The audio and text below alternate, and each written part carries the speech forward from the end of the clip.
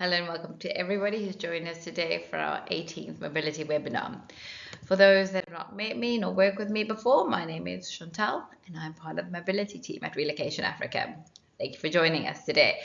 We are working our way through the African continent, so if you're interested in our previous webinars, the videos are loaded on our official website, which is relocationafrica.com under the resource section. So please feel free to have a look at them there. There's some amazing content. As we're focusing today in Senegal, please forgive me as I attempt some really beautiful words and some names that will be featured through the webinar. I do apologize ahead of start that I will try and do them justice as much as best as I can. In today's webinar, we'll be focusing on Senegal. We'll discuss important topics such as housing and schooling and settling in. We've also got some more light-hearted information such as cuisine and entertainment. As the main city and capital, we've focused today's content on Dakar. But if we look at Senegal, Senegal is home to about 16 million people. Dakar is the 20th most populated city on the African continent. Originally discovered by the French in the 14th century, it gained its independence in 1960. The French is the official language. It's not spoken frequently by the Senegalese, despite the language being taught in school. Wolof is actually, in fact, the more common language of the country. The country lies across the West African coastline, situated between Mauritania, Mali, Guinea-Bissau, and Gambia. Just some interesting information. The name Senegal actually comes from the word Senegal, which means our canoe in Wolof language. There is, however, some discrepancy where it might have derivated from the Portuguese, with the word meaning Katanga when they colonized the African coastline. With regards to Dakar, one of the things that pops into most people's mind is the Dakar Rally, which is one of the most popular events when you think about the Dakar city. It's a long-distance rally created by Thierry Sabine, which was originally launched in December 1978, and it's known by a variety of vehicles, such as like bikes, quad bikes, trucks, cars that battle the elements in one of the most extreme and dangerous events around the world. So though the race today still carries the name of the city, it's hosted around the world. Senegal is predominantly a Muslim community, with Christianity being in the minority. They have a warm and welcoming culture. They're open to various religions that all coexist in harmony. Greetings can be considered quite a lengthy process. Most commonly in business engagements, one would just shake the other person's hand. But as the relationship develops, you can either greet with a pat on the shoulder or 2 or 3 kisses on the cheek or just some verbal interaction. Note there is, based on religious beliefs, men and women, when they're interacting with the opposite gender, might not want to do any physical touching due to their own religious beliefs. So it's best to follow the lead of the Senegalese local. So if we move on to safety, Senegal is a safe place to visit, but expats do need to be cautious and use common sense. The country has a recent history of political unrest, which emerges near or over the voting time. Foreigners are advised to follow warnings shared by the authorities, just avoid large gatherings during this time. So that's just that's another tip. And then just a second tip is no same-sex relationships and activities can be punishable by law and face jail time. We're going to move on to healthcare. Senegal is a home of many private clients, health centers in most of the expat areas. So the main hospitals include the Principal Hospital, which is the largest military hospital in the city. There's Hogi, there's Dalal Diem, and there's also another military hospital in Wakam. Senegal health officials attract both local and international educated staff. So we're going to move on to the economy. So Senegal actually makes up one of 8 African countries that use the West African franc. Cash is also acceptable, as well as Visa and e-payment, e-transfer like Wave are also accepted. If you'd like to do some shopping, we have the Mall of Dakar and you have the Sea Plaza, are both have local and international brands. So it's the go-to location if you're looking for anything from clothes to gifts to medication. If you prefer more of a smaller market, there is the Village of Art, there's the market Sum Bedin, and you have the market Sangada Market, are all must-sees. The Village of Art is a fantastic example of showing local artwork. It's about 52 studios showing a variety of talent that they have in the city. So that's a must-see check out if you're looking to go to Dakar anytime soon. Bank accounts, opening up a bank account, which I know is quite a popular question we get for expats. It's a fairly straightforward process. You would need a photocopy of your ID document, a copy of your rental contract or lease agreement, a copy of your work contract, and your residence certificate.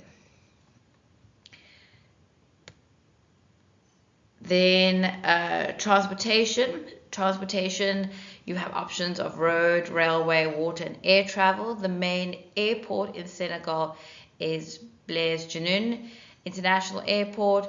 You also have 7 ports located in Senegal. Dakar actually having one of the largest deep water seaports along the West African coastline. They are also looking, the rail transport has also been improved for 2 years, which the aim is to serve Dakar as well as to help lighten the traffic congestion in the city. Now we're going to move to housing and expat areas. So expat housing areas include freestanding houses, duplexes, apartments, and villas. Villas are, however, the more popular option because they're just considered more luxurious. They have more space. They often have gardens and swimming pools. So those are often the draw card where assignees want to go. So below is a list of popular expat areas that we often relocate we relocate assignees to look for properties within. So we've got Almadies. It's a residential area. It's about 25 kilometers from the city center. It's one of the richest and more upmarket suburbs. So you'll see a lot of ambassadors and expatriates that also live there. It's definitely one of the premier neighborhoods in Africa. It's also conveniently located near schools and shopping malls and restaurants and hotels. Then we have Fun Residence, which is about 10 kilometers from the city. Very popular because it's also convenient to amenities. So that's the second option that we look at. We have Point E, which is located between Almadies and the city. It also has a lot of amenities, but since it's close to the university of many schools, access can be very difficult. Then we have Plateau, which is the city center, where you'll also find really high quality homes. The only thing is it's a little bit noisier, so it's not recommended if you're seeking a quiet living place. Then we have Fentramames is located between Point E and Fun Residence. It's a good neighborhood and is recommended for expats looking to relocate to Dakar. Then we're going to look at some. So what we do is we do a biannual housing survey for all our destination services to keep up to date with current trends. Our research department also completes cost of living surveys. So if you refer to our website for more information, that's really relevant to help set contracts or just know how much things cost, what if your lifestyle can maintain itself if you're going to that particular location.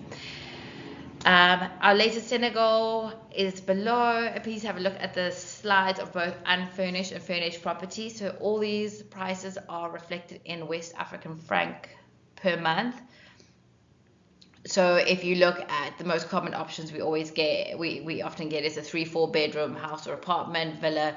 For most of the time it's furnished or unfurnished. So if you look at the pricing, it's a 4 bedroom furnished apartment, 3-4 bedroom furnished, is the same price as the maximum price as a 4-bedroom apartment for an unfurnished property. So just to be cognitive of that. Then just with regards to the actual housing market and the current trends. So it's easy to secure a property in the area if you have an agent. You can generally find a property within 2 weeks. The property market is small, and villas, like I said, are a very popular option. So it can move very quickly. So in many cases, we've had assignees who have literally a few days to proceed with a property before the unit is taken and no longer available by another party. Lease agreements can be either corporate lease, which is in the name of the employer, or it can be personal lease in the name of the employee. Leases are drafted in French. There are some additional costs that are above and beyond the rental price, which we'll go through next. So rental prices are set by the landlord despite any laws in place. Seaside properties are very popular for expats, and their prices reflect as such. So if we look at the actual fees that you'll be obligated to pay, or your client will be obligated to pay, is you have the rental payment, which is monthly, quarterly, semi-annually, or even annually, depending on the terms of the contract. Then there's also the registration of the contract, which is equivalent to 2% of the amount of annual rent, and that's paid by the tenant. Then you've got legal fees, which is also for the tenant's account. You've got agent brokers fees, which is equivalent to about 1 month's rent, which is also for the tenant's account. And then you've got service fees, which is usually included in the rental agreement, but can also be an additional cost. You've got utilities as well, that's not included. White goods is what we refer to as your stove, your fridge, your washing machine, things like that. That's not included. And then property tax. Fortunately, property tax is paid annually by the landlord, so that's calculated 5%, but that's not for the tenant's account. And then the deposit is approximately 2 months, and that's for the tenant's account, and it will be refunded at the end of the lease agreement. Then the rental escalation, it varies, but in general, it's about 10% after 3 years of rental. Also, it is common to include an early termination clause or diplomatic clause. It just needs to be discussed from the beginning of the agreement. Then utilities, if we look at water, so water is registered with SDE and an account is received every 2 months. Same with electricity, it's registered with Senegal, and you also receive an account every 2 months unless you have a meter in the property where you will just pay on consumption. Then waste is collected by the city hall. The tax is about 3.6% of the rental contract, and it's usually included in the rental agreement. And then if you need to get a gas bottle, either you have a gas stove, or if it's a heater that you have in the property, you can purchase that at the gas or petrol station. Payment is either bank transfer, Visa, cash. They are pretty flexible with regards to that type of payment. And then we have internet, also a very common element that we have with securing a property. So fiber is installed in most of Dakar, but not all the regions of Senegal. Like with other countries, connection issues do exist. So once a property is selected, it's suggested to review either Orange, Free, or Expresso to help set up a telephone and internet connection. You'll need a copy of the lease agreement and a passport copy. The amount is generally between 22 and 39,000 West African francs. For laptop connection, you'll just need to provide a copy of your passport to have a SIM card. The cost will only be about 1,000 francs. Communication can be affected during the time of political unrest. So let's take a look at the map of Senegal with regards to and how they relate to the international schools. So we have 4 schools that we do recommend. So you can see that they most often either follow a French curriculum or they follow a US curriculum. The locations listed on the right hand side were the same location that we may mention with areas to review. So many times you actually can have your school directly in the same suburb that you are living in. It is, however, to be noted that international schools are difficult to get as space is limited and waiting periods can apply. If we move on to driver's license, so foreign nationals are allowed to drive in Senegal using the international license for a maximum of 1 year. The expats will then be required to apply for a conversion. So the paper that you often need with the property is a certificate of residence, an identification photo, a medical certificate, a certified copy of your ID or your passport, and your tax stamp. Television, you can either register with satellite TV services or review online streaming platforms. The cost for satellite TV will depend on which package you can select. So this can be anything between 5,000 to almost 40,000 per month. Let's move on to food. So rice is a staple dish in Senegal and it's widely consumed by many of the locals. The traditional dish is no exception. So that is tier de bouillon. The dish is made with fish and it's cooked rice in this tomato sauce and this local pepper paste. They also eat local fruits such as mangoes and watermelon, melons, oranges are also part of their diet. Food is served in a communal bowl and is often eaten either with a spoon or sometimes with the right hand.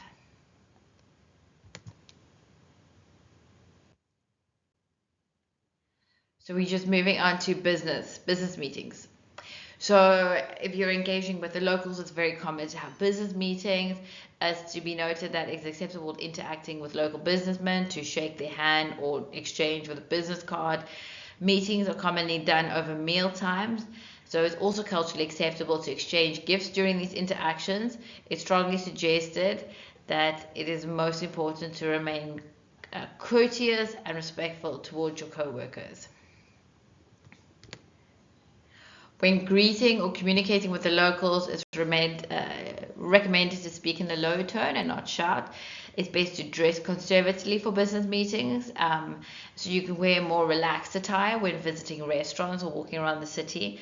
But locals generally wear either Western, European, or African attire, and some also wear traditional attire depending on their religion and traditions. We're now reaching the end of our webinar. I'm hoping that we covered a wide selection of information relating to Senegal. A very special thank you to Kari, our local African consultant on the ground. Her extensive knowledge and valuable insight has made this webinar possible. Thank you. So thank you again for joining us today. Please follow us on our socials. When we'll be updating our content on relocation to the next African location as our expats coming to our beautiful content. Wishing you all a great remainder of the week ahead and please be safe. Goodbye for now.